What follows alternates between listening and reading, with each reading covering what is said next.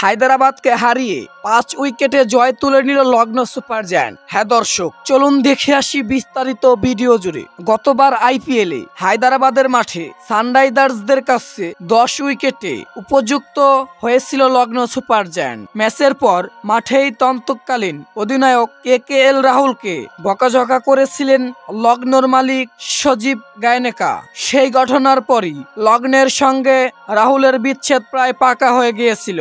তাই হয়েছে মহানিলামে। অবশ্যই সেই দলের জয়ের অবদান শার্দুল ঠাকুর এবং নিকোলাস পরানের। প্রথমজন বল হাতে 34 রানে 4 উইকেট নিলেন।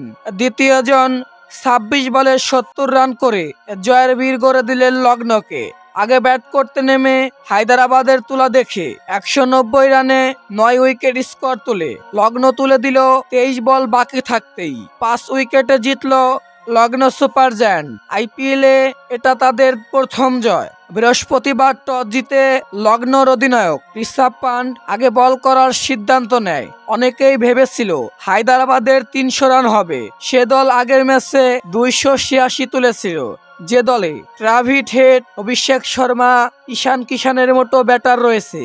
তাদের থেকে এমনটা আশা করা যায়। তবে 200 তুলতে পারেনি সানরাইজার্স হায়দরাবাদ। শার্দুলের হ্যাটট্রিক বাঁচানোর দায়িত্ব ছিল নীতিশের উপরে।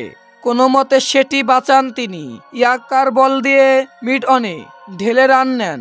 দলের 2 বিধ্বংসী ব্যাটার ফিরলে থামানো যাচ্ছিল না হেডকে। অভিষেকের একটি ওভারে 2টি 6 এবং একটি 4 মারেন। 5 ওভারে 54 রান উঠে যাওয়ার পর প্রান্ত বোলিংয়ে আনেন রবি বিষ্ণয়কে। হ্যাঁ, তারপরেই শেষ পর্যন্ত শেষ হাসিটা লগ্ন সুপার জায়ান্টের হাসিছে।